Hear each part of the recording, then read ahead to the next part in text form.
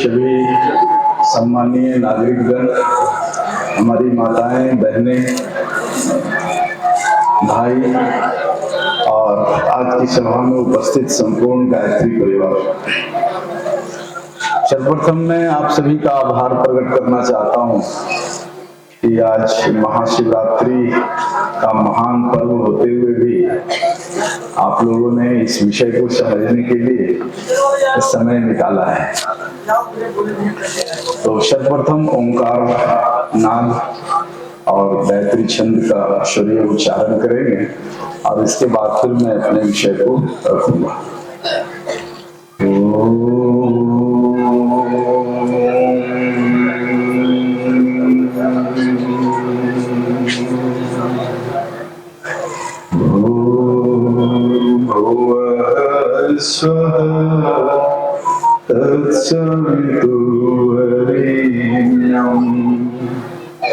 भर्गो देवस्य धीमहि धियो यो नः प्रचोदयात्।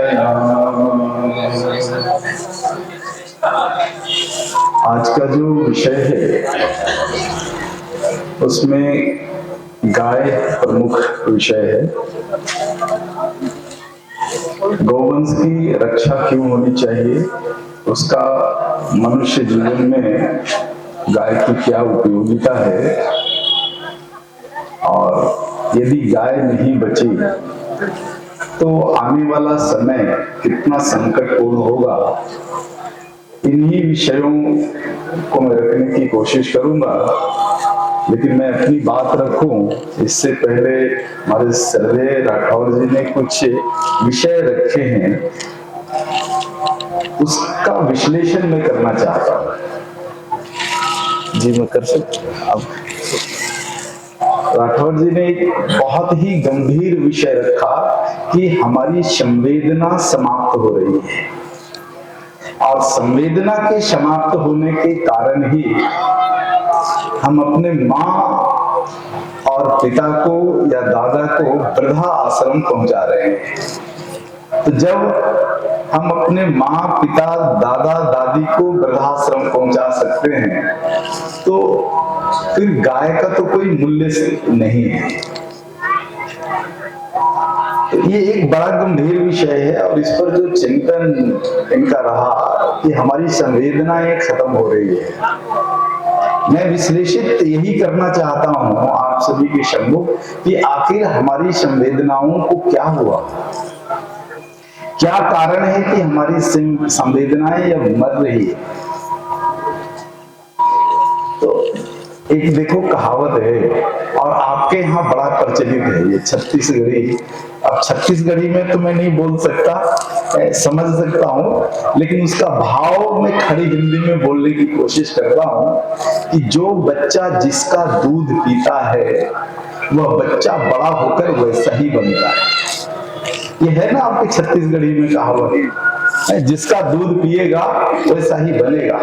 तो कहावत है ना, बच्चे जब लड़ते हैं आपस में मैदान में तो कहते हैं शेरनी का दूध पिया है तो आजा।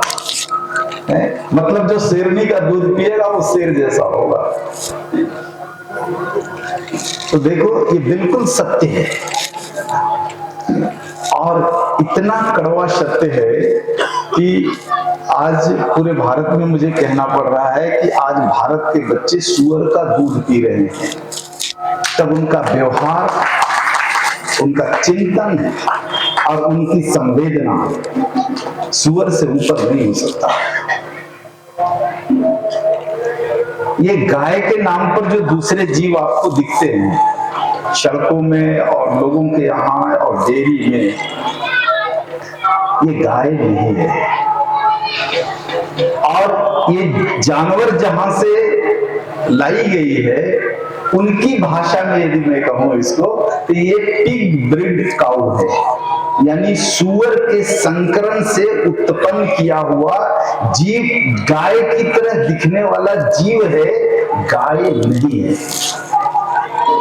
आज पूरा भारत उसी पिग ब्रीड एनिमल का दूध पी रहा है, तो आप बच्चों में ऊंची संवेदना कैसे प्राप्त करोगे? और इससे जुड़ा हुआ एक दूसरा विषय है, और वह दूसरा विषय है कि आज पूरा बाजार जिस प्रकार के अनाज, दलहन, तिलहन और फल और सब्जियों से पटा हुआ है, ये सारे अनाज चेतना विहीन अनाज है।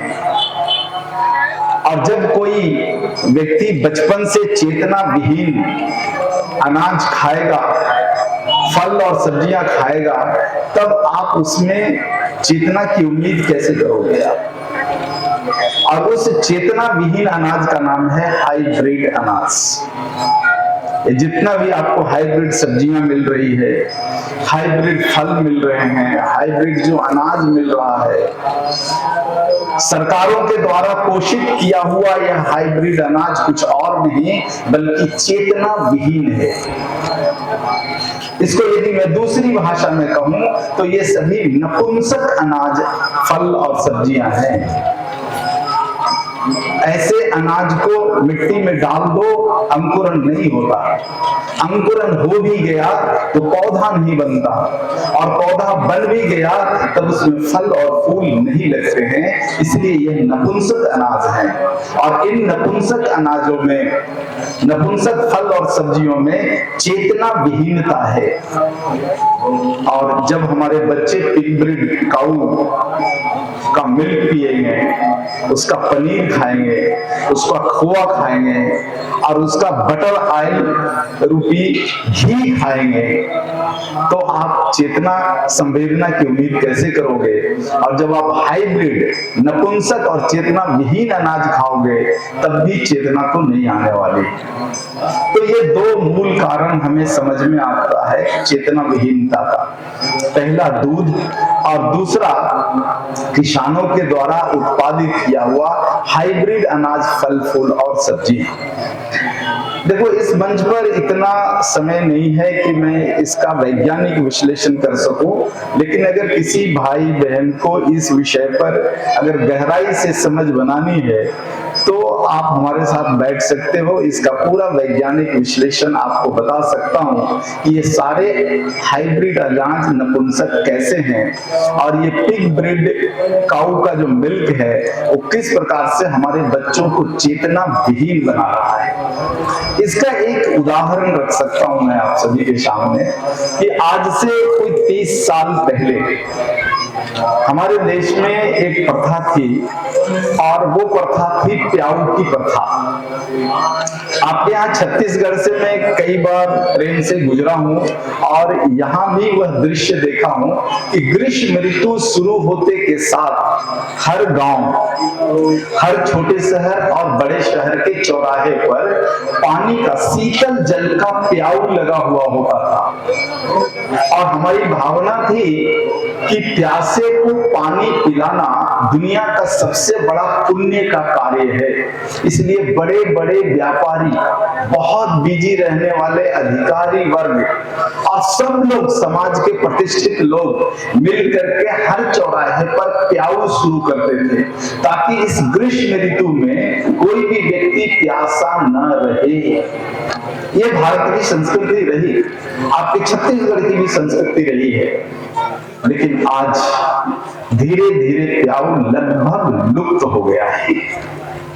और मैं जो गहराई से इस बात को जो समझ रहा हूं कि जिन हाथों ने 30 साल पहले तक ग्रीष्म ऋतु में निःशुल्क पानी वितरण किया, जल, शीतल जल के प्याऊ खोले, आज उन्हीं हाथों के द्वारा बोतल बंद पानी पैसे से बिक रहा है। ये हमारी मरी हुई चेतना का सबसे सशक्त उदाहरण मैं समझता हूं है। जिस देश में कल तक पानी पिलाना दुनिया का सबसे पुण्य का कर्म माना जाता था, आज उसी देश में, उसी सामाजिक व्यवस्था में पानी बेचना एक उत्कृष्ट व्यापार माना जा रहा है। आप भारत के टॉप 10 कंपनियों का टर्नओवर निकालो, आप जो पानी बेचने वाली कंपनियां हैं, एक्वा है, बिस्लरी है, रेल नीर है, ऐसे टॉप 10 कंपनियों का आप नाम निकालकर और उसका टर्नओवर देखो, लगभग 30,000 करोड़ से ऊपर का टर्नओवर है। और फिर छोटी मोटी कंपनियों का आंकड़ा यदि जोड़ दो तो मैं समझता हूं कि एक राज्य सरकार का जितना बजट होता है उससे बड़ा बजट तो पानी के व्यापार का है। भारत इतना कैसे बदल गया? भारत के लोगों की सोच और मानसिकता इतनी कैसे बदल गई?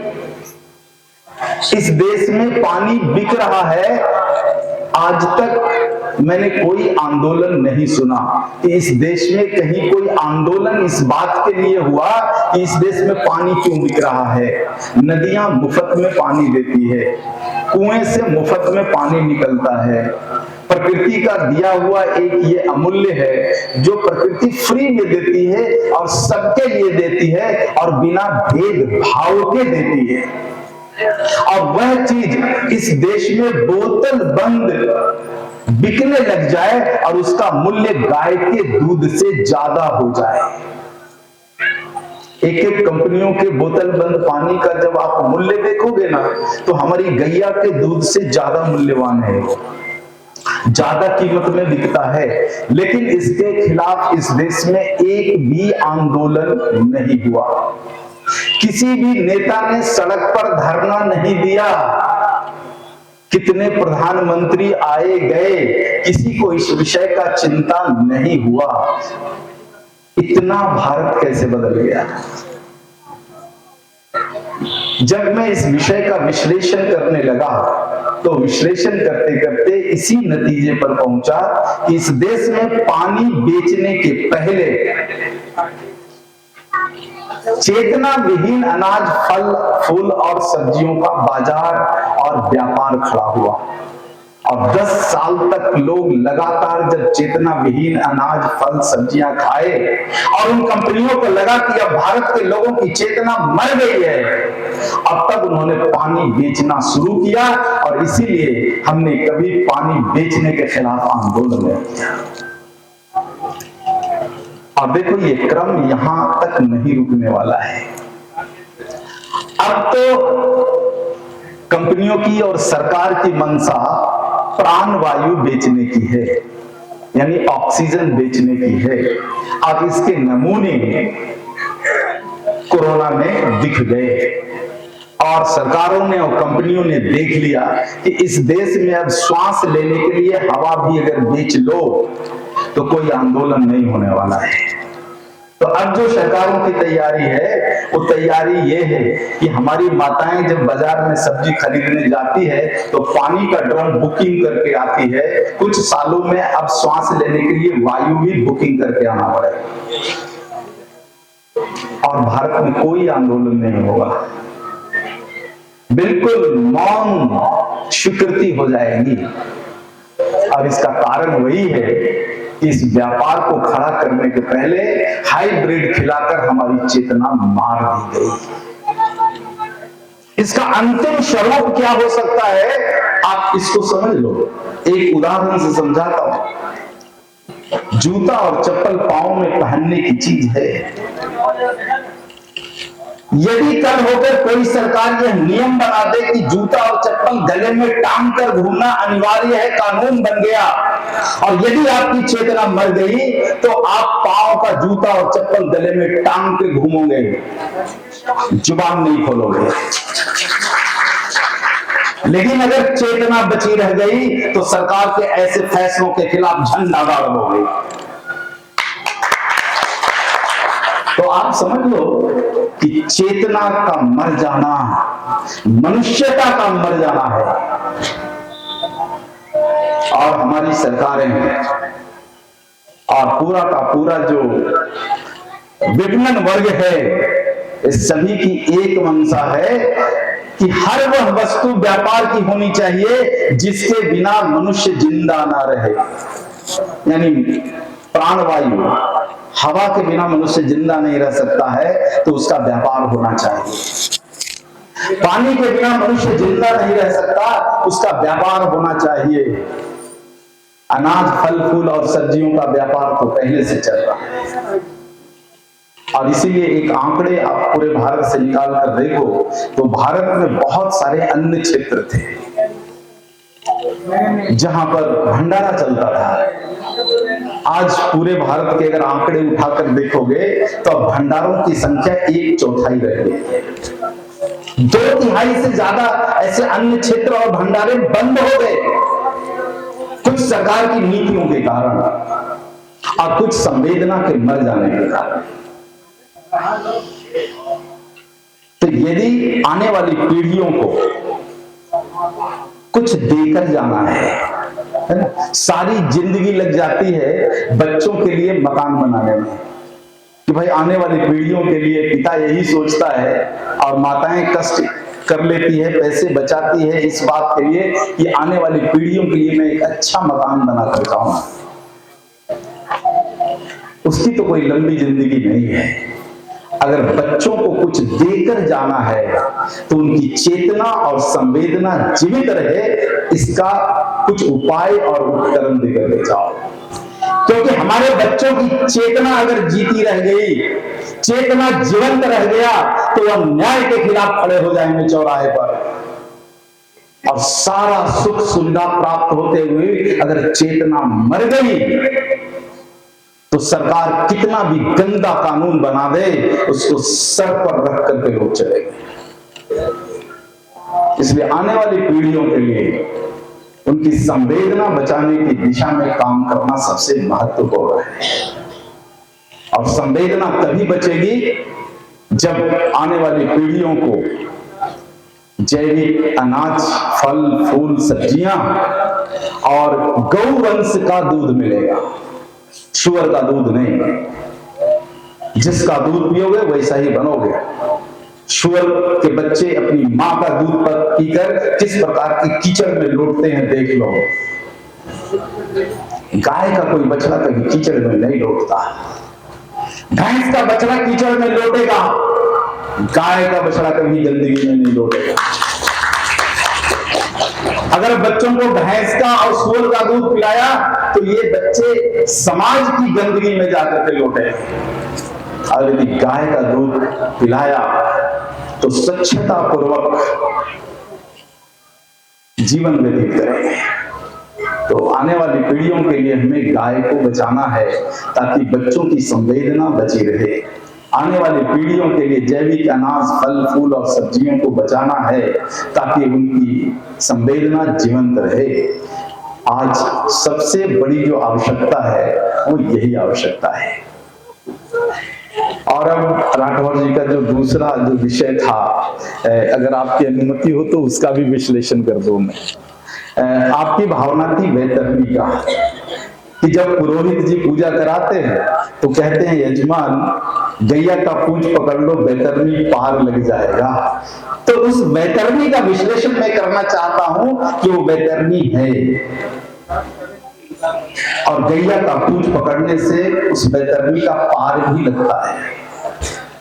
और वह वैतरणी जो है पृथ्वी और सूर्य के बीच की दूरी है।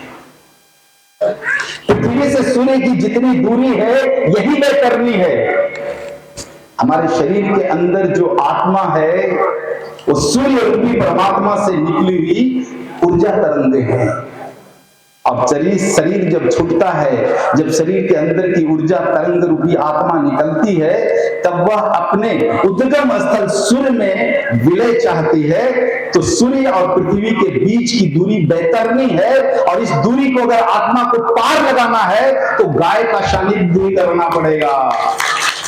इसलिए हमारे शास्त्रों ने कहा गाय का पूंछ पकड़ लो, यानी गाय का सानिध्य कर लो, वैतरणी पार लगेगा, यानी शरीर छूटेगा, आत्मा निकलेगी तो परमात्मा सूर्य में उसका विलय हो जाएगा और जन्म और मृत्यु के चक्कर से छूट जाओगे। इसलिए वैतरणी की जो परिकल्पना हमारे पुराणों में है बहुत ही अद्भुत है, और वह सृष्टि का पूर्ण विराम है। एक बार हमारी आत्मा का सूर्य में विलय हो जाए तब फिर जन्म लेने की आवश्यकता नहीं पड़ती, वरना 84 लाख योनियों में जन्म लेते रहो, शरीर छूटता रहेगा, जन्म लेते रहो, कर्म करते रहो, दुख भोगते रहो, सुख भोगते रहो। तो इस सुख और दुख का जो चक्कर है निकलना है, तो एक ही रास्ता जो है विशेषकर चिकित्सा शास्त्रियों ने दिया है कि गाय का सानिध्य कर लीजिए। अब यदि समय मिला तो इस पर भी मैं विश्लेषण करूंगा। और अब मैं आता हूं आज के इस सभा का जो प्रमुख विषय है कि गाय क्यों जरूरी है हमारे लिए, और गाय के बिना कुछ भी नहीं हो सकता, ऐसा जो हमारे शास्त्रों में कहा गया है। और शास्त्रों की एक युक्ति यह भी है कि यदि पृथ्वी का सब कुछ विनष्ट हो जाए और मात्र एक गाय बच जाए तो इस सृष्टि का फिर उदय हो सकता है। लेकिन सृष्टि में सब कुछ बच जाए और गाय नष्ट हो गई तो सृष्टि का फिर से उदय नहीं होगा। आखिर यह कितना सत्य है। तो इस विषय पर अथर्ववेद का एक सूत्र है। अथर्ववेद कहते हैं यतो गावस्ततो वयम्। मनुष्य और मनुष्य की संस्कृति इस धरती पर इसीलिए है क्योंकि धरती पर गाय है, और गाय यदि विनष्ट होती है तो मनुष्य की पूरी संस्कृति समाप्त हो जाने वाली है। मनुष्य की संस्कृति का कोई भी अस्तित्व नहीं रहने वाला है। गोभ्यः श्रीमतिभ्यः शौरभेभ्यः एव च नमो ब्रह्म सुताभ्यश्च पवित्राभ्यो नमो नमः। सर्व काम दूधे देवी सर्व तीर्थाभिषेचिनी पावनी शुरभि श्रेष्ठे देवी तोभ्यम नमो नमः। नमो गोव्यः अर्थात संपूर्ण गौवंश नमन करने के योग्य है, और उनका नमन उसी प्रकार होना चाहिए जैसे हम अपने घर में अपनी माताओं को श्रद्धा पूर्वक श्रीमती के साथ संबोधित करते हैं। ऐसा ही सम्मान संपूर्ण गौवंश के साथ होना चाहिए। इसीलिए कहा नमो गोव्यः श्रीमतीभ्यः। और यह सम्मान गौवंश को क्यों मिलना चाहिए? इसलिए मिलना चाहिए क्योंकि गौवंश शौरभेभ्यः एव च, ये बिल्कुल सूर्य नारायण की प्रतिनिधि है, साक्षात सूर्य नारायण है। सूर्य नारायण का एक जीवंत अंश है गाय। तो जिस प्रकार से सूर्य की किरणों से, सूर्य के प्रताप से पूरा सौर्यमंडल संचालित होता है, मात्र पृथ्वी नहीं, पूरा सौर्यमंडल के सारे ग्रह और उपग्रह संचालित होते हैं, उस सूर्य की प्रतिनिधि गाय है। इसलिए गाय का नमन होना चाहिए। ब्रह्म सुताभ्यश्च, और इसलिए भी गाय का नमन होना चाहिए क्योंकि वो ब्रह्मा की पुत्रियां हैं। ब्रह्मा अर्थात जिस ऊर्जा तरंगों के कारण यह संपूर्ण सृष्टि की निर्मित हुई है, उन ऊर्जा तरंगों की ये पुत्रियां हैं। इसलिए कहा ब्रह्म सुताभ्यश्च पवित्राभ्यो नमो नमः। ब्रह्मा की पुत्रियां और सूर्य नारायण की प्रतिनिधि होने के कारण यह पवित्र गाय है जिसको हमें बार बार नमन करना चाहिए। और शुक्र में आगे कहते हैं सर्व काम दूधे देवी। गाय को देवी कहा गया है, तो बड़ा आश्चर्य हुआ मुझे। फिर मैंने जितने भी शास्त्र हैं, पुराण हैं, सबको टटोल कर देखा, कहीं भी गाय को जानवर या जीव नहीं कहा गया है। आप चाहो तो ढूंढ कर देख लो, 18 पुराण पढ़ के देख लो, आप चारों वेद पढ़ के देख लो, आप कहीं भी गाय को जानवर नहीं कहा गया है। कहीं भी गाय के लिए विषय आया है, संबोधन आया है, तो देवी के रूप में ही आया है। इसलिए कहा सर्व काम दूधे देवी। यह देवी ऐसी है जो मनुष्य के उन सारे कर्मों को, कामों को कर सकती है जिन कामों को मनुष्य अपने जीवन में नहीं कर सकता। जो काम मनुष्य से असंभव है, उस सारे कामों को संभव करने की क्षमता सूर्य की प्रतिनिधि गाय रखती है। इसलिए इसको देवी कहा। सर्व काम दूधे देवी सर्व तीर्थाभिषेचिनी।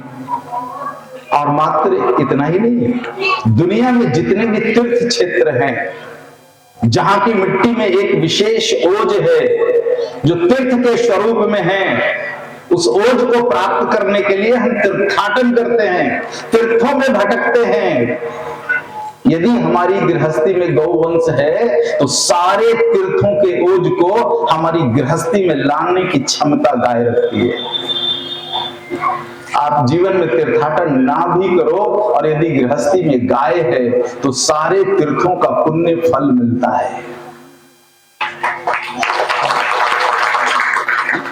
पावनी शुरभि श्रेष्ठे देवी तुभ्यं नमो नमः। इसलिए इस देवी स्वरूपा गाय का नमन करते हैं। मात्र दूध देती है उसके लिए नहीं, दूध तो भैंस भी देती है, लेकिन मैंने कभी पूरे भारत घूमते हुए किसी को भैंस मैया कहते हुए नहीं सुना। बकरी का दूध बहुत लोग पीते हैं, लेकिन बकरी मैया सुनते हुए कभी नहीं देखा। राजस्थान चल जाओ, वहां तो उटनी का दूध है, उटनी मैया किसी को कहते नहीं सुना। लेकिन जो लोग भैंस का दूध पीते हैं, बकरी का पीते हैं, उटनी का पीते हैं, उनके भी मुख से गाय के लिए माँ का संबोधन ही निकलता है। दूध चाहे किसी की पी लो, लेकिन माँ तो गाय है। कारण यही है कि संपूर्ण पृथ्वी जिन 5 तत्वों से बना हुआ है, भूमि, जल, अग्नि, वायु और आकाश, इन 5 तत्वों का पोषण मात्र गाय कर सकती है। मात्र गाय ही करती है इन तत्वों का पोषण। इसलिए गाय पृथ्वी की मां है। पृथ्वी को बचना है तो मां को बचना पड़ेगा। ये गौ मां ही पृथ्वी को बचा सकती है। आज दुनिया में जो सबसे बड़ा जो संकट है ना, वो संकट है पृथ्वी को बचाने का संकट, कि हम मिट्टी को कैसे बचा लें, जल को कैसे बचा लें, अग्नि को कैसे बचा लें, वायु को कैसे बचा लें, आकाश को कैसे बचा लें। अब आधुनिक विज्ञान भी मिट्टी को बचाने की बात करता है, जल को बचाने की बात करता है, वायु को बचाने की बात करता है। अग्नि और आकाश की सोच आज के विज्ञान के पास नहीं है। लेकिन ये 5 बचा तभी पृथ्वी बचेगी, और पृथ्वी बची तभी यह मनुष्य का संसार बचने वाला है, और नहीं तो सारा कुछ विनष्ट होने वाला है। यह काम मनुष्य नहीं कर सकता। मनुष्य के सामर्थ्य में नहीं है कि वह अपनी मिट्टी को बचा ले, मिट्टी के प्रदूषण को बचा ले, मनुष्य के हाथ में नहीं है। पानी के प्रदूषण को बचाना मनुष्य के हाथ में नहीं है। दुनिया में आज तक कोई ऐसी मशीनरी नहीं बनी। आप चंद्रमा पे जाके आ जाओ, मशीनरी बन गया, लेकिन मिट्टी को बचाने की मशीनरी नहीं बनी है। जल प्रदूषित हो गया है, जल के शुद्धिकरण का मशीनरी आज तक नहीं बना है। जल के शुद्धिकरण पर जितनी भी परियोजनाएं बनती है, ये सब घपले हैं। कहीं जल का शुद्धिकरण नहीं हो रहा है। वायु को शुद्ध करने की आज तक कोई तकनीक नहीं निकली है, और अग्नि और आकाश की सोच तो इस मॉडर्न साइंस के बस का रोग भी नहीं है।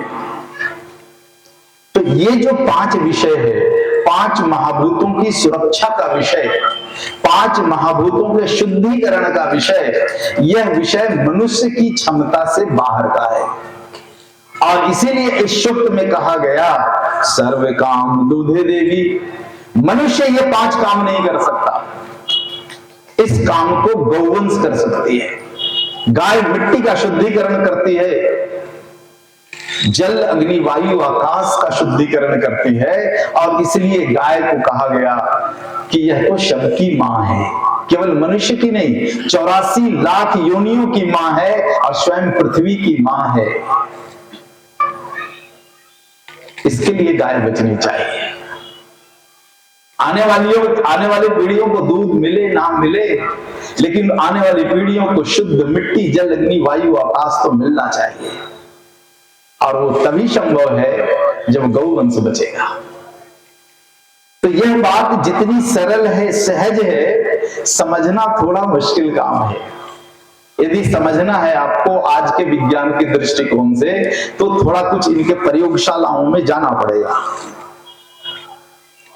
आपके इस गांव में जो सबसे गंदा क्षेत्र है, जहां की सफाई नहीं होती है, वहां यदि कोई गौवंश यदि घूम रहा है और उसने यदि गोबर दिया है, तो उसके गोबर को आप ले लो। और दुनिया के सबसे बेस्ट लेबोरेटरी में चल जाना, प्रयोगशाला में, जहां उसका परीक्षण हो सके। हमने परीक्षण करके देखा है, गाय कुछ भी खा ले, शहरों में मंडी की सड़ी गली सब्जियां, रोड पर फेंके हुए खाद्य पदार्थ खाने वाली गौवंश के गोबर का रासायनिक विश्लेषण हमने करके देखा। गाय कुछ भी खा ले, उसके पेट से निकलेगा पाचन के बाद तो वह शुद्ध मिट्टी बन करके निकलता है, जिसको हम गोमय कहते हैं, गोबर कहते हैं।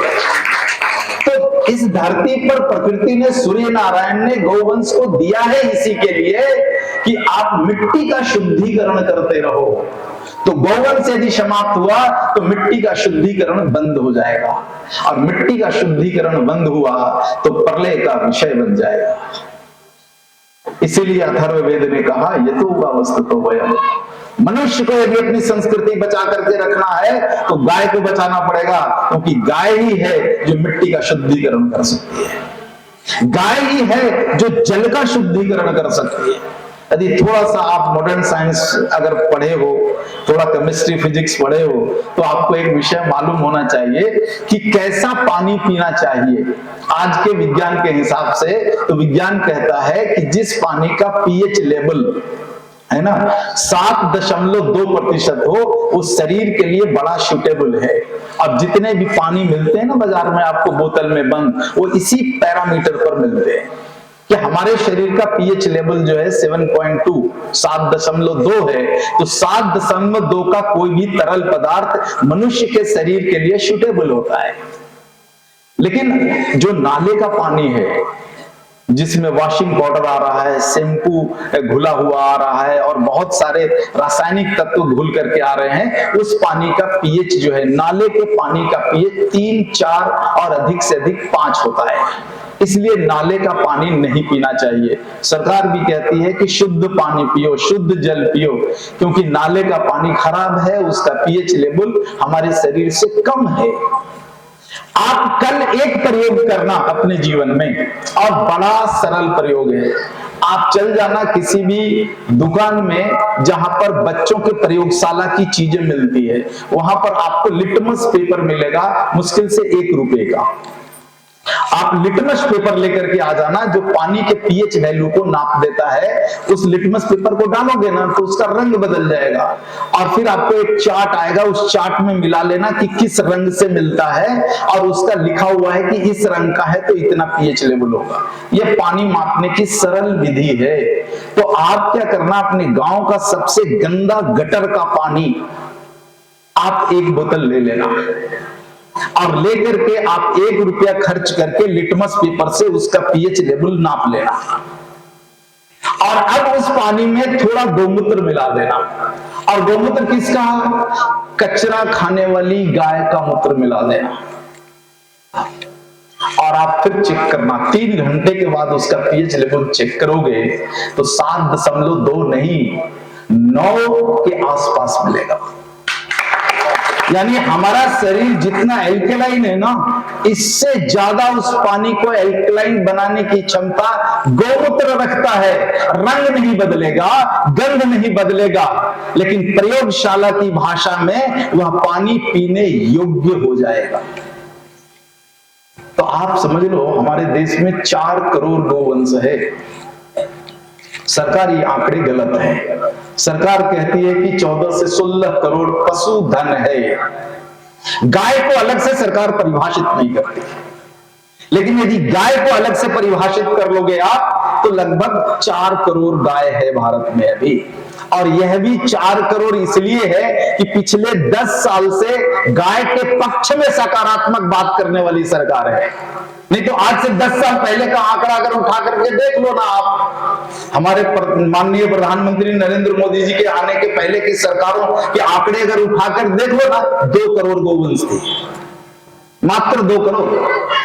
जबकि अंग्रेज इस देश को छोड़कर गए 1947 में। 1945 से उन्होंने सर्वे रिपोर्ट लिखना शुरू किया, जिसका नाम गजेटियर है।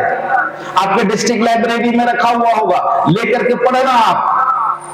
तो उस समय भारत की जनसंख्या, मनुष्य की जनसंख्या 32 करोड़ थी और गौवंश की संख्या 34 करोड़ थी। लगभग एक भारतीय पर एक गाय का भारत था। और 1947 में जब अंग्रेज चले गए और हमारे काले अंग्रेजों का शासन आया तो गौवंश इतना कटी कि 2014 आते आते तक गाय की संख्या घट के मात्र 2 करोड़ रह गई। ये तो पिछले 10 वर्षों का प्रताप है सरकारों का, कुछ हम भारतवासियों का प्रताप है, गौरक्षा दल वालों का प्रताप है कि उन्होंने अपने बाहुबल से गैया को बचाया तो आज जाकर के 4 करोड़ हुई है। ये 4 करोड़ गौवंश चरते हुए, घूमते हुए, विचरते हुए जब मिट्टी में गौमूत्र देती है और सूर्य की किरणों से वह गौमूत्र तपता है, वाष्प बनता है, तो यह वाष्प आकाश में जाता है और आकाश में मेघों का शुद्धिकरण होता है और तब कहीं जाकर के वर्षा ऋतु में हमें अमृत तुल्य वर्षा जल मिलता है जिसको आप सीधे पी सकते हो। तो गाय जल की रक्षा करने वाली है, जल का शुद्धिकरण करने वाली है। गौवंश यदि खत्म हुआ तो जल का शुद्धिकरण नहीं होगा, मेघों का शुद्धिकरण कौन करेगा? और मेघ यदि शुद्धिकरण, मेघों का शुद्धिकरण नहीं हुआ तो वर्षा जल नहीं, वह विष जल मिलेगा।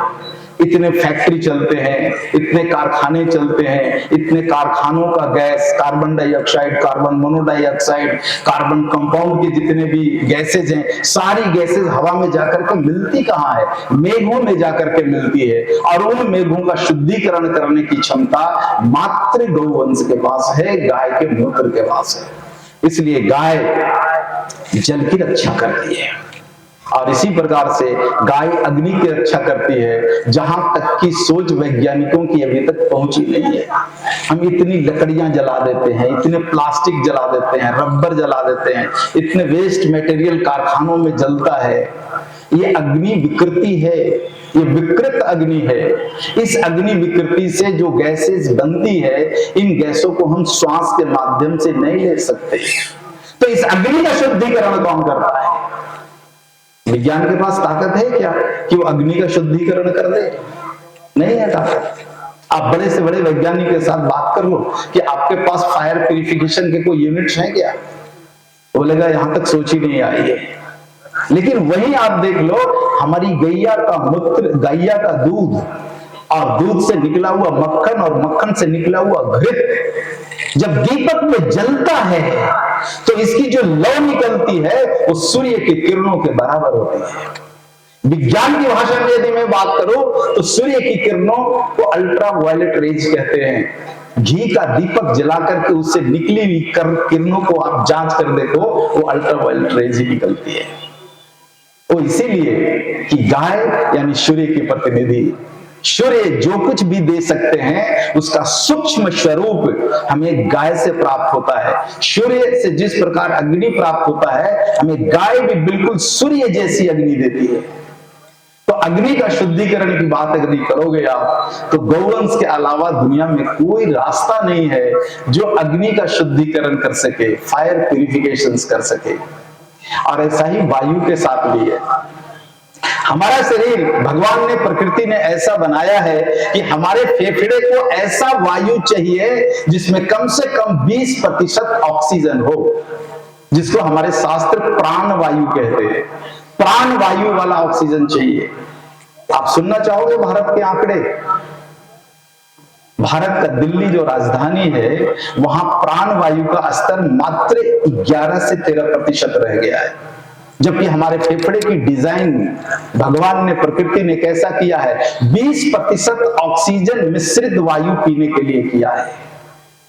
तो दिल्ली जैसे जो बड़े शहर है ना, दिल्ली है, कलकत्ता है, मुंबई है, प्रयागराज है, मुंबई, ये बेंगलोर है, हैदराबाद है, जितने भी मेट्रो और सेकंड मेट्रो सिटीज हैं, सबकी हालत इतनी खराब है कि वहां 11 से 13% ऑक्सीजन बचा हुआ है। इसलिए मैं भारत का सबसे बड़ा नर्क इन शहरों को कहता हूं। यदि नर्क में रहने का सपना है तो दिल्ली चले जाओ, नर्क में रहने का सपना है तो हमारा चेन्नई आ जाओ। कलकत्ता चले जाओ, मुंबई चले जाओ, बेंगलोर चले जाओ, हैदराबाद चले जाओ, ये शहर नहीं है, भारत के सबसे बड़े नर्क हैं। और गांव में आ जाओ, आप भारत के गांव में आ जाओ तो यहां भी 21% तो नहीं, लेकिन गांव में आज भी 16 से 18% ऑक्सीजन का घनत्व बचा हुआ है भारत के गांव में। तो भारत के गांव में भले सड़क ना हो, बिजली ना हो, अलग की बात है, लेकिन प्रकृति के दृष्टिकोण से भारत के गांव आज भी स्वर्ग हैं। स्वर्ग में मिलता क्या है? खाने के लिए अच्छा अनाज, पीने के लिए अच्छा पानी और श्वास लेने के लिए अच्छी वायु जहां मिले वो स्वर्ग है। और गांव में यही तो मिलता है, खाने के लिए अच्छा अनाज मिल जाता है, पीने के लिए अच्छा पीएच वाला पानी मिल जाता है और श्वास कम से कम 17-18% ऑक्सीजन डेंसिटी वाला वायु मिल जाता है, तो स्वर्ग ही तो हुआ। और ये तीन चीजें शहरों में नहीं मिलती है, आपके रायपुर में ये तीन चीजें नहीं मिलती है। इसलिए छत्तीसगढ़ का सबसे बड़ा नर्क मैं रायपुर को मानता हूं, क्योंकि वहां खाने को अच्छा अनाज नहीं है, पीने को अच्छा पानी नहीं है और श्वास के लिए प्राण वायु नहीं है। तो ये जो चीजें हैं, इनका जो प्यूरिफिकेशन है वो केवल गाय ही कर सकती है। और देखो यहां पर सबसे आश्चर्यचकित करने वाली बात है, आपके गांव में ऑक्सीजन का घनत्व कितना होगा मुझे ठीक पता नहीं, लेकिन एक औसतन मैं समझता हूं 18% आपके यहां होगा, क्योंकि आपका भी एक छोटे नर्क के बाजू का गांव है। छोटा नर्क यानी दुर्ग, तो दुर्ग के बाजू वाला गांव है आपका, तो यहाँ 18% के आसपास ऑक्सीजन होना चाहिए। लेकिन इसी गांव में मैं प्रातःकालीन एक गौशाला में गया। आपके पास ऑक्सीजन मीटर नापने का हो ना, तो गौशाला के अंदर जाके नाप लेना, गारंटी के साथ कहता हूं कि वहां 22 से 23% ऑक्सीजन मिलेगा।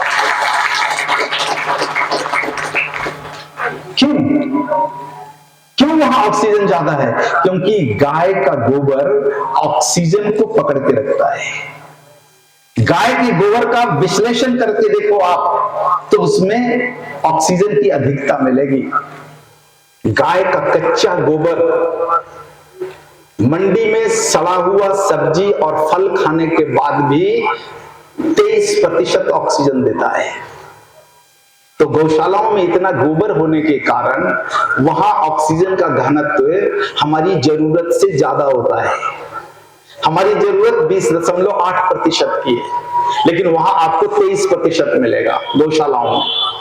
इसलिए एक आंकड़े आपको सुनाता हूं आपको, ये लगभग 6,000 गौशालाओं का सर्वे हमने किया कोरोना के बाद। ये कोरोना नाम का जो प्रेत आया इस देश में, जिसने बहुत सबको मारा, तो एक आंकड़ा हमने इकट्ठा किया 6,000 गौशालाओं का, कि गौशाला में कोई गौशाला का गौसेवक मरा क्या कोरोना से। ये आंकड़े जब निकाले तो ये आंकड़ा आया 0। आप भी चाहो तो ये आंकड़े निकलवा लो, कोरोना ने सबको मारा, लेकिन गौशाला में रहने वाले, गायों के साथ काम करने वाले किसी भी व्यक्ति की जान नहीं ले पाया, क्योंकि कोरोना कभी भी वहां नहीं रह सकता जहां ऑक्सीजन की अधिकता है। जहां कार्बन की अधिकता है वहीं कोरोना नाम का वायरस रह सकता है। और अभी जो नया निपाह वायरस आया है ना, उसकी कहानी भी ऐसी ही जुड़ती है। ये जितने भी वायरस हैं वो अधिक ऑक्सीजन घनत्व वाले एरिया में नहीं रह सकते, उनको चाहिए कार्बन जहां ज्यादा है वहां रहते हैं। तो गौशालाओं में कभी भी गाय के गोबर के कारण ऑक्सीजन की अधिकता होती है, इसलिए वहां पर कोई वायरस पनप नहीं सकता है। तो आने वाले दिनों में जो आपको मैं एक भय दिखा रहा था, लेकिन वो भय नहीं है, वो सत्यता है कि पानी आज बोतल में बिकने लग गया, कल हवा बोतल में बिकने वाला है। ऑक्सीजन के बोतल मिलेंगे, अभी भी बड़े शहरों में चल जाओ ऑक्सीजन के सिलेंडर मिलते हैं, और शहरों में ऑक्सीजन पार्ले अब खुल रहा है बहुत तेज गति के साथ। जहां लोग जाते हैं 1 घंटा ऑक्सीजन पीने के लिए, मुंह में पाइप लगा के 1 घंटा ऑक्सीजन पीते हैं, और उसके पैसे कितने लगते हैं पता है आपको? 6,000 रुपए। तो एक श्वास का गणित मैंने जोड़ा, कि कल वो करके अगर भारत की बड़ी आबादी को अगर पैसा दे करके ऑक्सीजन खरीद के अगर पीना पड़ा तो एक श्वास की कीमत कितनी होगी, तो वो निकलता है 258 रुपया। अब प्रति श्वास 258 रुपया देकर के इस देश में कितने लोग जिंदा रह सकते, गणित निकाल लो। तो ऐसी स्थिति तो बननी ही पड़ेगी, क्योंकि जिस प्रकार से प्रदूषण फैल रहा है और प्रकृति को तोड़ करके कृत्रिम सारी चीजें बन रही है, प्रकृति का विनाश हो रहा है और गायों का नाश हो रहा है, तो निश्चित रूप से ऐसी स्थिति बनेगी। और जिस दिन बन गई ना, उसी दिन गाय का भाव समझ में आ जाएगा, क्योंकि उस समय भी गौशाला में रहने वाले लोग और गौशाला के आसपास घर बना के रहने वाले लोगों को ऑक्सीजन सिलेंडर की कोई जरूरत नहीं पड़ेगी, क्योंकि उनके वायुमंडल में 23% ऑक्सीजन होगा। तो मैं बिल्डरों को एक जानकारी देना चाहता हूं कि गौशालाओं के पास अभी से रिजर्व कर लो, उसका भाव बहुत बढ़ने वाला है। कल ऐसा समय आएगा, ये मैं पूरा का पूरा भारत का भविष्य सामने देख रहा हूं। तो ये जो विषय है ना गाय का, ये बड़ा देखो नीरस विषय है, लेकिन यदि गंभीरता के साथ आप सोचोगे और हमारी जरूरत के हिसाब से यदि गणित लगाओगे, तो गाय कभी भारी नहीं पड़ती और गाय अपने घर पर रखना कभी भी महंगा नहीं होता। मैंने एक दूसरा गणित लगाया एक दिन बैठकर कि हम अपने जीवन में प्रातःकालीन उठते हैं तो सबसे पहले टूथपेस्ट करते हैं और रात को सोते समय माउथ वॉश लगाते हैं। तो सुबह टूथपेस्ट करने से लेकर के रात्रि सोने तक माउथ वॉश लगाने की जो सारी क्रियाएं हैं, इन क्रियाओं में यदि गाय को जोड़ दिया जाए तो एक गृहस्थ को कितना लाभ हो सकता है। तो ये आंकड़ा आता है 19,000 रुपया प्रति माह। यानी यदि आपके घर पर गाय है तो अप्रत्यक्ष रूप से आपको 19,000 रुपए का वो लाभ दे सकती है। दांत की सफाई का मामला गाय से जोड़ दो, सुबह चाय कॉफी पीने का मामला गाय से जोड़ दो, सुबह का पेय पीने का मामला गाय से जोड़ दो, भोजन गाय से जोड़ दो, परिवार की पूरी चिकित्सा गाय से जोड़ दो, बच्चों की पूरी शिक्षा गाय से जोड़ दो, बच्चों का न्यूट्रिशन पूरा गाय से जोड़ दो, सारी चीजें यदि गाय से जोड़ दो तो 5 परिवार वाला एक गृहस्थ 19,000 रुपया प्रति माह गौवंश को अपने घर में रख करके बचा सकता है। अब ये सारी चीजें कैसे होगी, इसी के लिए पंचगव्य विद्यापीठम जो है वो पंचगव्य चिकित्सा विज्ञान की पढ़ाई कराता है और हम भारत के युवाओं को सिखाते हैं कि आप गाय से एक संपूर्ण और स्वावलंबी गृहस्थी कैसे बना सकते हो। और सबसे बड़ा जो देश का जो संकट है वो चिकित्सा वाला संकट है, इस संकट से आप कैसे बाहर निकल सकते हो। इसलिए विशेषकर पंचगव्य विद्यापीठम जो है पंचगव्य मेडिकल साइंस की पढ़ाई कराता है कि दुनिया में जितने रोग हैं और विशेषकर जितने असाध्य कहे जाने वाले रोग हैं जिनको इनक्यूरेबल डिजीज कहा जाता है, इन सबको खत्म करने की, क्षय करने की क्षमता गाय रखती है। कैंसर है खत्म होता है जी, डायबिटीज है जड़ से खत्म होता है, पैरालिसिस जड़ से खत्म होता है, और आपके छत्तीसगढ़ की जो सबसे बड़ी समस्या है सिकल सेल और थैलेसीमिया के बच्चों की, ये जड़ से खत्म होता है। अभी 2 दिन पहले छत्तीसगढ़ मेडिकल कॉलेज में हमारा व्याख्यान था, वहां हमने वहां के जो विद्यार्थी हैं उन बच्चों को और यहाँ की सरकार को चेताया है हमने कि आपने सिकल सेल के मात्र स्कैनिंग के लिए 285 करोड़ रुपए का बजट में प्रावधान किया है। स्कैनिंग समझते हो, केवल इसकी जांच पड़ताल करने के लिए हमारे टैक्स के पैसे का 285 करोड़ रुपया माननीय मुख्यमंत्री जी ने आवंटित किया।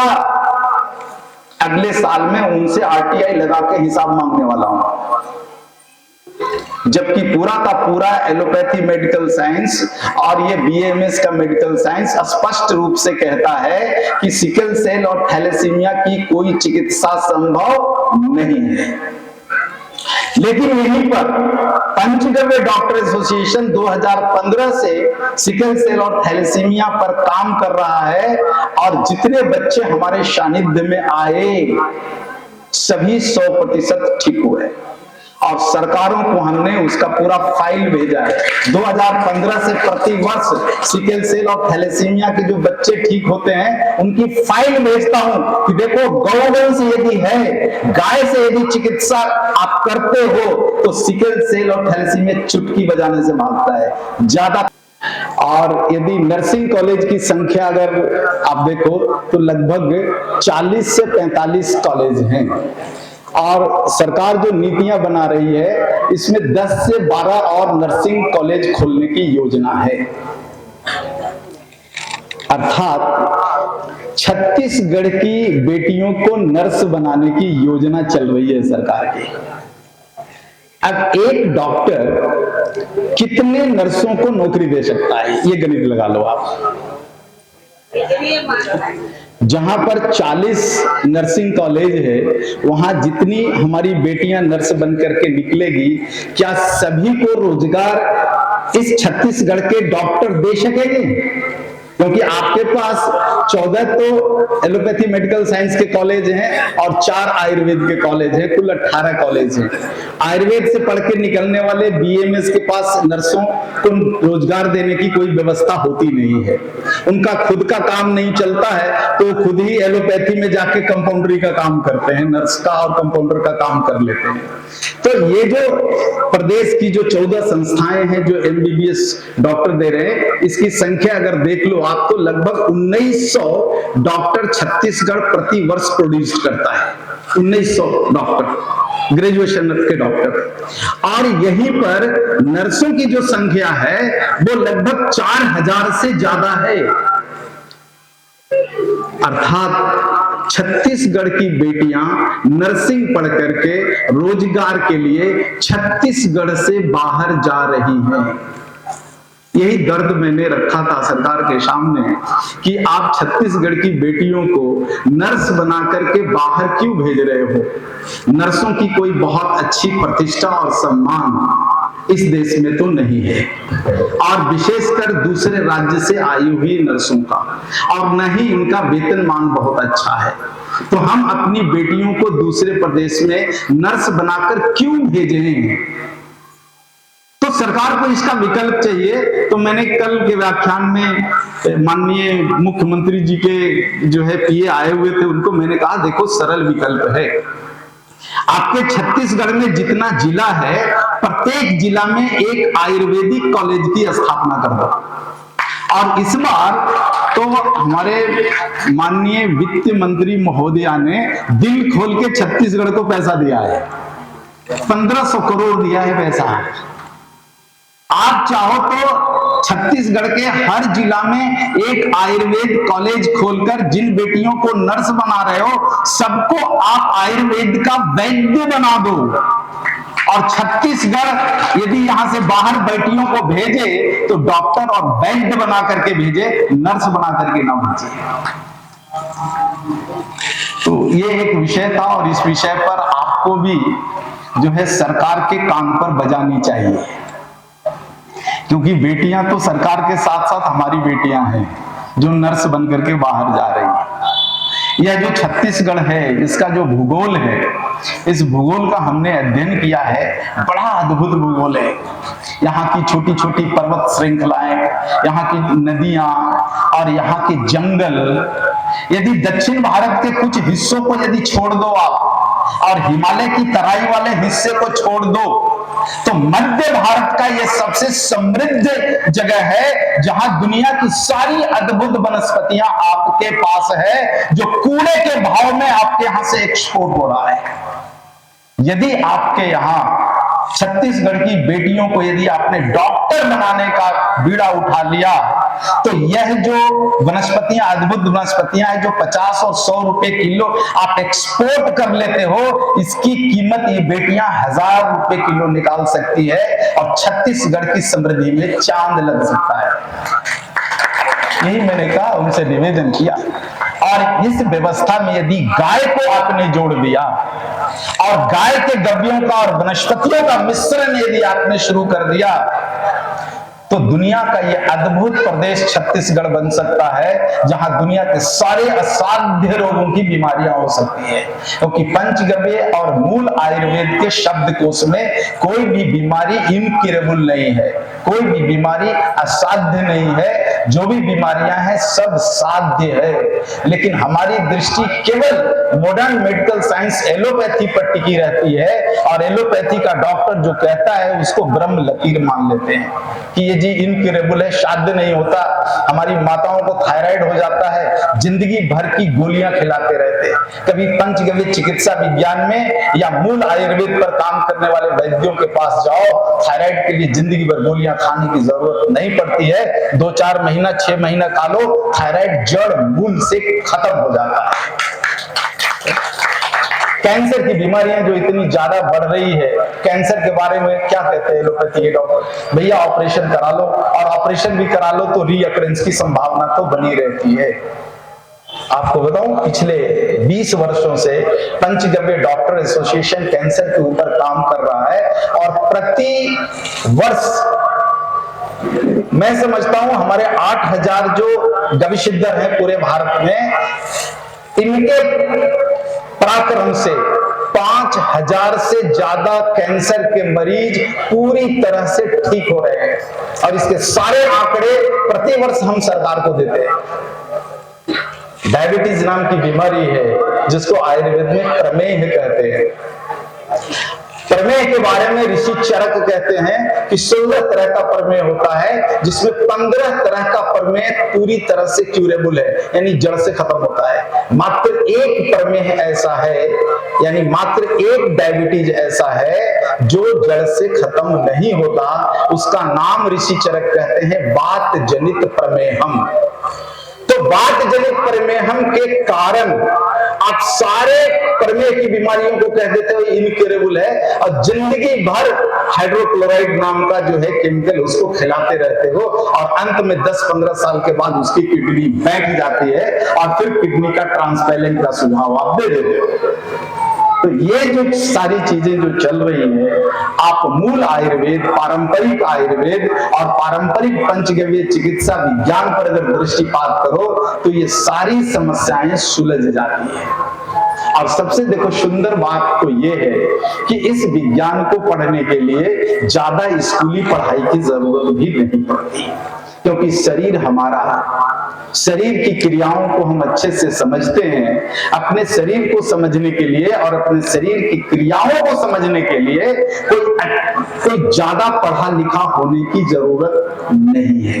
इसलिए पंचगव्य विद्यापीठम और पंचगव्य डॉक्टर एसोसिएशन हर उस युवा भाई बहन को पंचगव्य डॉक्टर बनाने के लिए तत्पर रहता है जिसको ठीक ठीक लिखना, ठीक ठीक पढ़ना और ठीक ठीक बोलना आता है। स्कूली पढ़ाई की कोई जरूरत नहीं पड़ती है।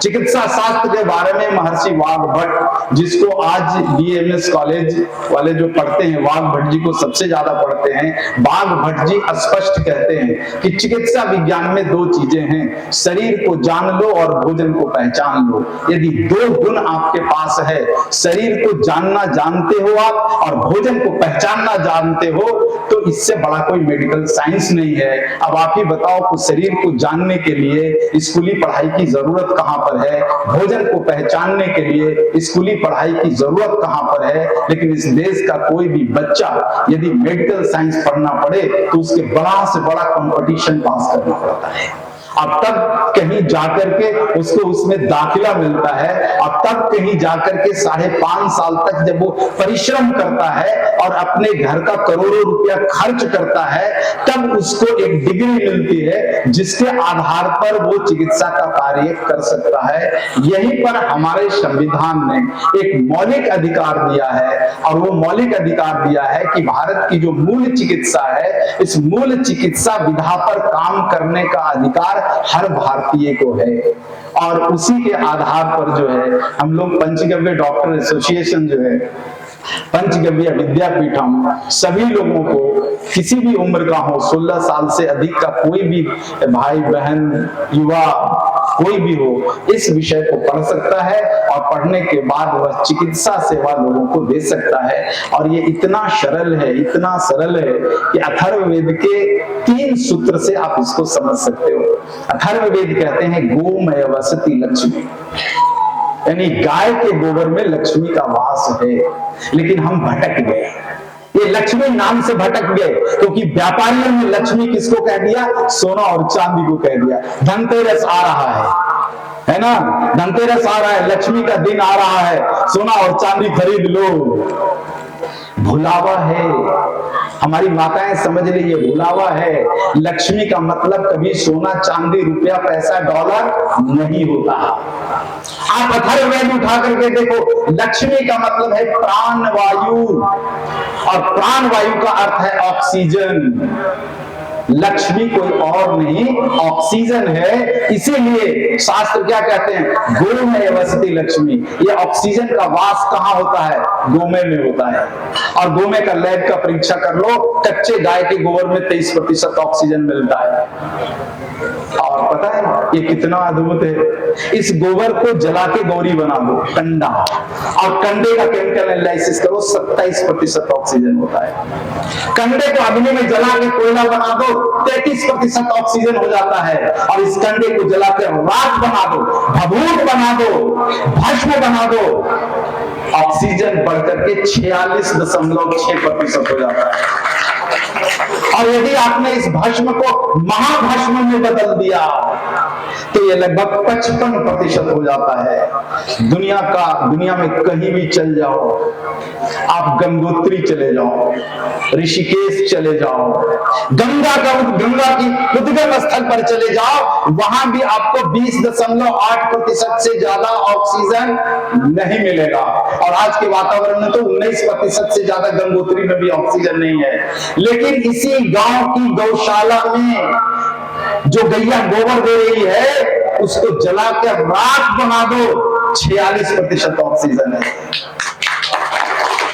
हमारे शरीर में कोई यदि मेडिकल साइंस या जानने वाला हो, और नहीं तो आप अपने डॉक्टर से पूछ लेना कि शरीर में सबसे ज्यादा बीमारियां किस कारण से होती है, डॉक्टर कहेगा ऑक्सीजन की कमी के कारण होता है। और ये ऑक्सीजन कहाँ मिलता है? गाय के गोबर में मिलता है। इसलिए कच्चा गोबर खा लो, औषधि है। गाय संडास नहीं करती, गाय गोमय करती है। और गोमय के बारे में अथर्ववेद कहते हैं गावो सोमस्य प्रथमस्य भक्षक। गाय से प्राप्त जो सारे द्रव्य हैं वो चंद्रमा की तरह सरल और सुंदर हैं और शीतल हैं। इसका प्रातःकालीन भक्षण करना चाहिए। यानी गाय के गोबर को खाना चाहिए, गैया के गोबर को खा लो, रीढ़ का दर्द खत्म हो जाएगा, कमर का दर्द खत्म हो जाएगा, स्पाइनल कॉर्ड का दर्द खत्म हो जाएगा, एडियो का दर्द खत्म हो जाएगा।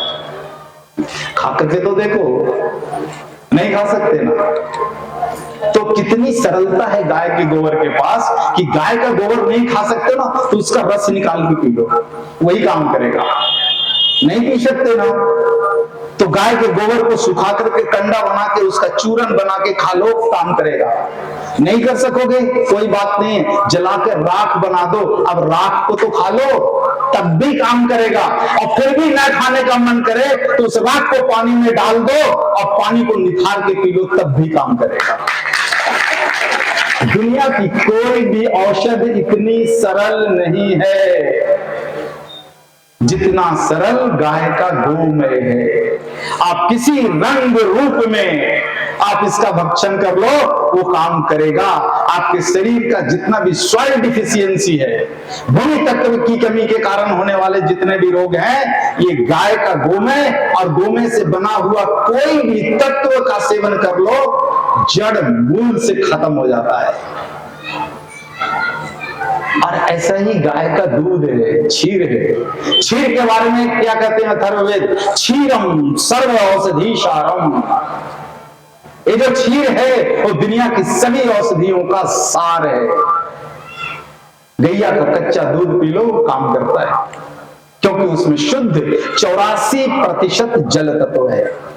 तो जल विकृति के जितने भी रोग होते हैं शरीर में, सारे रोगों की एक दवा है गाय का दूध। नहीं पी सकते गर्म करके पी लो, वही काम करेगा। नहीं पी सकते दही बना के खा लो, वही काम करेगा। नहीं दही खा सकते, दही को मत करके मट्ठा बना के पी लो, वही काम करेगा। नहीं पी सकते मक्खन खा लो, वही काम करेगा। नहीं खा सकते मक्खन को तपा के घी बना के खा लो, वही काम करेगा। बताओ दुनिया में कोई ऐसी वनस्पति है, दुनिया में कोई ऐसी औषधि है जिसका कोई भी रूप कल्प बदल दो, काम वही करेगा और अपने प्रत्येक कल्प में अपनी गुणवत्ता को बढ़ाते जाएगा। दूध से 20 गुना अच्छा दही, दही से 400 गुना अच्छा छाछ, और दही से 400 गुना अच्छा मक्खन, और मक्खन से 1200 गुना अच्छा घी। आप इसका जितना रूपांतरण करते जाओगे गुणवत्ता बढ़ती जाएगी। कच्चे गोबर में 23%, सूख गया तो 27%, कोयला बना दिया तो 33%, भस्म बना दिया तो 46%, महाभस्म बना दिया तो 55%। दुनिया के किसी भी औषधि की ताकत यदि ऐसी है तो बताओ। और ऐसी ही क्षमता गाय के मूत्र के पास है। मूत्र के बारे में अथर्ववेद क्या कहते हैं? गौमूत्रे धनवंतरी। ये गौमूत्र कोई और नहीं, धनवंतरी है। और धनवंतरी कौन है? आयुर्वेद के प्रवर्तक है। आयुर्वेद का मतलब धनवंतरी, और धनवंतरी का मतलब गौमूत्र, क्योंकि गौमूत्र धनवंतरी, धनवंतरी कोई और नहीं है। गाय का जो मूत्र है ये कसाय रस है, और यह कसाय रस धनवंतरी है, और धनवंतरी यानी संपूर्ण आयुर्वेद है। तो गौमूत्र यदि आपने पी लिया तो शरीर का सारा रोग जल के खत्म हो जाता है। और इतना ही नहीं, केवल गौमूत्र नहीं, मट्ठा के बारे में, छाछ के बारे में चरक जी एक सूत्र में कहते हैं, जिसका हिंदी अनुवाद में आपसे करता हूं कि जो घोर ही मट्ठा पियत है। मट्ठा समझते हो आप? छाछ बोलते हैं आप या मट्ठा बोलते हैं? मही। हाँ, तो जो घोर ही मही पियत है, जीरा नमक मिलाए, बल बुद्धि बढ़त है, सबे रोग जरी जाए। जिस देश के देशवासियों के पास मही हो, जो बल और बुद्धि को बढ़ा देने वाला है और मनुष्य शरीर के सारे रोगों को जला के नष्ट करने वाला है, उस देश का व्यक्ति कोई विधायक के लिए, कोई व्याधि के लिए एलोपैथी के हॉस्पिटल के दरवाजे पर खड़ा हो, मैं समझता हूं ये सबसे बड़ी विडंबना है। तो गौमूत्र तो देखो अद्भुत है, क्योंकि उसमें संपूर्ण आयुर्वेद है। तो गौमूत्र सीधा पी लो, काम करेगा। नहीं पी सकते, आप गर्म करके वाष्प बना लो, और वाष्प को फिर से पानी बना लो, यानी वाष्पीकृत गौमूत्र बना लो, तब भी काम करेगा। और फिर भी यदि थोड़ी गंध आती है तो उस वाष्पीकृत गौमूत्र का दूसरा वाष्पीकरण कर दो, अब तो गंध भी गया, रंग भी गया, बिल्कुल स्वच्छ पानी की तरह हो जाएगा, ये भी काम करेगा। और गौमूत्र जितना काम करेगा उससे ज्यादा गौमूत्र का अर्क काम करेगा, और गौमूत्र का अर्क जितना काम करेगा उससे ज्यादा गौमूत्र का द्विवाष्पीकृत अर्क काम करेगा। तो गाय के गव्य तो ऐसे अद्भुत हैं कि इनका जितना रूप बदलोगे इनकी गुणवत्ता बढ़ती ही जाती है। इसलिए दूध पीना होशियारी का काम नहीं है। हमारे यहाँ दक्षिण भारत में लोग दूध नहीं पीते, क्योंकि हमारी जितनी भी गैया है ना, हमारे यहाँ दक्षिण भारत, आंध्र प्रदेश के नीचे वाली, विशेषकर हमारे यहाँ तमिलनाडु की जितनी भी 12 प्रजातियां हैं हमारे तमिलनाडु में, माफ करना 16 प्रजातियां हैं हमारे यहाँ तमिलनाडु में गोवंश की। और आज भी मैं गर्व के साथ कहता हूं कि इस भारत में अकेला मेरा राज्य ऐसा है जिसने अपने सारे 16 गोवंश की प्रजातियों को बचा करके रखा है। संख्या भले ही कम है हमारी, लेकिन हमने किसी भी प्रजाति को खोने नहीं दिया है। लेकिन आपके छत्तीसगढ़ में 1945 के पहले कितनी प्रजातियां थी और आज कितनी प्रजातियां हैं, आंकड़े निकाल लो, रोना आ जाएगा। यहाँ आप लोगों ने और यहाँ की सरकारों ने पता नहीं कितनी प्रजातियों को जड़ मूल से खत्म कर दिया। तो हमारे यहाँ जो 16 प्रजातियां हैं ना, किसी भी प्रजाति के थन में 1 लीटर से ज्यादा दूध नहीं है। हमारे यहाँ की कोई भी प्रजाति 1 लीटर से ज्यादा दूध नहीं करती है। बछड़े को पिलाकर आधा लीटर, पौन लीटर या 1 लीटर ही दूध देती है। फिर भी सारी प्रजातियां हमारे यहाँ बची हुई है। तो इसलिए हमारे यहाँ एक विधा है, एक नियम है कि कोई भी व्यक्ति जो युवा हो गया, 15 साल से ऊपर का हो गया, वो दूध का सेवन नहीं करता, छाछ का सेवन हम करते हैं। क्योंकि 1 लीटर दूध से जब 1 लीटर दही बनता है, तब उसमें 3 लीटर पानी मिलाकर के मंथन की क्रिया होती है और 4 लीटर छाछ बनता है। और ये 4 लीटर छाछ एक परिवार के लिए पर्याप्त होता है। तो मैं निवेदन करूंगा कि ज्यादा दूध के चक्कर में ये सूअरों को घर पे मत लाना, पिग ब्रीड काऊ को घर पे मत लाना। दूध की आवश्यकता मात्र बच्चों की है और बड़ों की आवश्यकता तो छाछ की है, मही की आवश्यकता है आपके यहाँ। क्योंकि मही ही है जो बल और बुद्धि देगा और सारे रोगों को जला के नष्ट करेगा। इसलिए मही की जो प्रथा हमारे देश में रही है कि हर घर पर मंथन की क्रिया होगी, सुबह सुबह मक्खन निकलेगा और उसमें से जो मही निकलेगा वो सारा परिवार पिएगा और दूध तो मात्र बच्चों का है। यदि इस विधा में यदि आप आ जाते हो तो आपको ज्यादा दूध वाली गाय की आवश्यकता नहीं पड़ेगी और आपको गुजरात से घी लाने की जरूरत नहीं पड़ेगी। एक दुखद बात मैं कहता हूं कि मेरी दृष्टि में इस भारत की सबसे कमजोर नस्ल कोई है तो गिर नस्ल है, सबसे कमजोर नस्ल। और आपके यहाँ की जितनी नस्लें हैं छत्तीसगढ़ की, ये सभी मध्यम दर्जे की अच्छी नस्लें हैं। इनको कभी थनैला नहीं होता, लेकिन जिनके घर पर, जिनकी गौशालाओं में गिर है ना, परेशान रहते बेचारे थनैला होने से। लेकिन आपके यहाँ की जो गैया है, कभी मैंने नहीं सुना कि किसी को थनैला हो गया और कोई गैया बीमार पड़ गई। सबसे ज्यादा बीमार पड़ने वाली नस्ल है तो गिर नस्ल है। लेकिन गिर नस्ल का इतना अधिक प्रचार हुआ कि सब अब गिर के पीछे भाग रहे हैं। लेकिन जो ला रहे हैं वो पछता रहे हैं, क्योंकि पूरा 30 दिन में 10 दिन तो वेटनरी के पीछे घूमना पड़ जाता है। तो मैं देखो हाथ जोड़कर निवेदन करता हूं, विनती करता हूं कि आपके लिए वही गैया सुटेबल है। जिस जिला के आप हो उसी जिला की प्रजाति को लेकर के आ जाओ। गिर एक ऐसी प्रजाति है जिसको चरना नहीं आता, जिसको खाना नहीं आता। चारागाह में छोड़ दो ना तो भर पेट वो चारा नहीं चर सकती है। शाम में जब आओगे ना तो टोकरी भर करके उसको खिलाना पड़ेगा। जिस गौवंश को चरना नहीं आता है वो आपका क्या पेट भर लेगी साहब। लेकिन आपकी जो गैया है, आपके जिला की जो गैया है, छोड़ दो सुबह चारागाह यदि नहीं मिला ना तो रोड के किनारे घूमते हुए घास के छोटे छोटे अंकुरन को खाकर पेट भर के शाम में दूध देने के लिए घर पे आ जाएगी।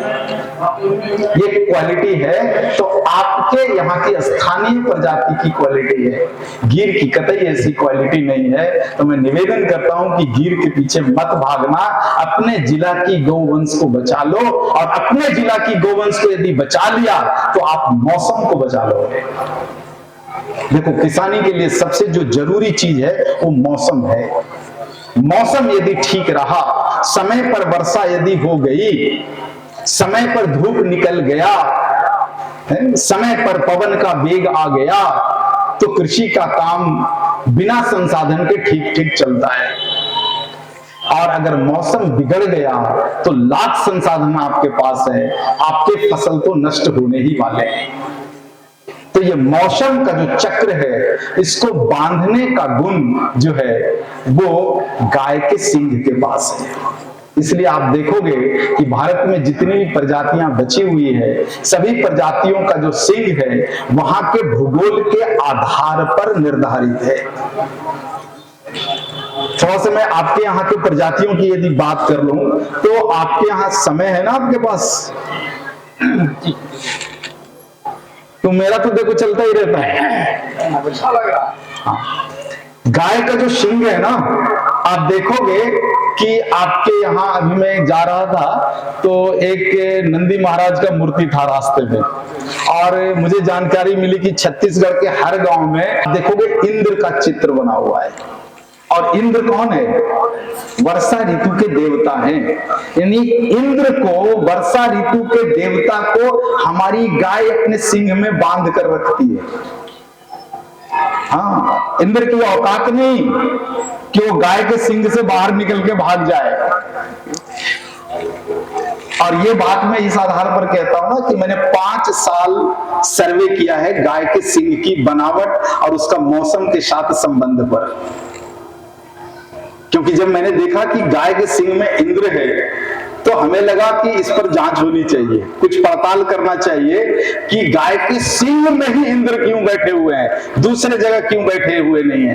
तो पता चला, मैं आपके छत्तीसगढ़ के भूगोल के बारे में कहता हूं कि आपका जो छत्तीसगढ़ है ना वो मध्य भारत में है। यानी यहां से पूर्वी समुद्र और पश्चिमी समुद्र लगभग बराबर दूरी है। पूर्वी थोड़ा नजदीक है, पश्चिमी समुद्र थोड़ा दूर है। तो दो समुद्र के बीच में, और समुद्र की दूरी यहां से लगभग 600 से 800 किलोमीटर की दूरी पर बसा हुआ ये छत्तीसगढ़ है। यानी बंगाल की खाड़ी में यदि कोई मानसून उठता है तो उस मानसून को छत्तीसगढ़ पहुंचने में लगभग 800 किलोमीटर की यात्रा करनी पड़ेगी।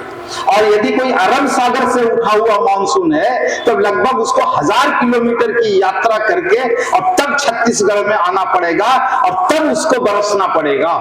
और यदि उस मौसम के वेग की कमर रास्ते में टूट गई तो छत्तीसगढ़ में मानसून नहीं आने वाला है। अगर अरब सागर से उठे हुए मानसून का कमर यदि महाराष्ट्र आते आते ही टूट गया तो आपके यहां वर्षा नहीं होने वाली है। फिर भी आपके यहां वर्षा बहुत अच्छी होती है। क्यों होती है वर्षा अच्छी? क्योंकि आपके यहाँ की गाय की सींग की 2 बनावटें हैं। एक बनावट मोटी सींग ऐसे फैला हुआ है और दूसरी पतली सींग ऐसे आकर ऐसे मुड़ा हुआ है। ये दोनों सींग क्या करते हैं पता है? जब अरब सागर से उठा हुआ पश्चिमी मानसून धीरे धीरे क्षय होते होते, हल्का होते होते हुए यहाँ की विंध्याचल की पहाड़ियों से जब टकराता है तो ये गैया उस टूटे हुए मानसून को चक्रवात में बदल करके यही पटक देती है, आगे नहीं बढ़ने देती। और यही बंगाल की खाड़ी से उठा हुआ जब मानसून निकलता है तो आपकी ये जो कौशलेन गाय है ना, जिसकी सींग ऐसी है छोटी हुई, ये अपने सींग में समुद्र के टूटे हुए तूफान को उठा के चक्रवात बना करके विंध्याचल पार नहीं होने देती, यही पटक देती है।